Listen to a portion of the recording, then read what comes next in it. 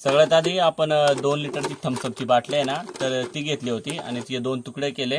जो पुढचा तोंड राहते ना तो, तर इथून मध्ये चिरा घेतल्या आहे बघा अशा. तर याचे 5 तुकडे केलेत असे. आणि हे बघा खेकडा जेव्हा इथून शिरल ना असा इथून शिरल तर ते असं पांगायला पाहिजे, असं फाकायला पाहिजे म्हणून ते चिरून घेतलाय. हा आपला पाईप आहे PVC पाईप. तर लांब होता 5 फुटाचा होता, तर 2.5 फुटाचा आपण कापून घेतलाय. आणि त्याला होल पण पाडले बघा, जागजागी तसे होल पाडलेले आहेत.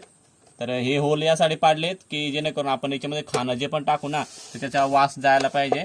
ही बाटली इथं अशी लावायची आहे या बाजूला अशी, म्हणजे मग इथून खेकडा शिरेल असा आणि असा आतमध्ये शिरेल. हे आपल्याकडे दूध पावडरचा डबा राहतो ना त्याचं झाकण आहे, तर ते झाकण इथं वरतून लावू आणि इथं आतमध्ये खाणं टाकायचं काहीतरी खेकडांसाठी. सो इकडनं खेकडा शिरेल, त्याला परत वापस जाता येणार नाही आणि इकडून अटकून राहील. हा आपला खेकडांचा ट्रॅप आहे. ट्राय करून बघू जमते का नाही.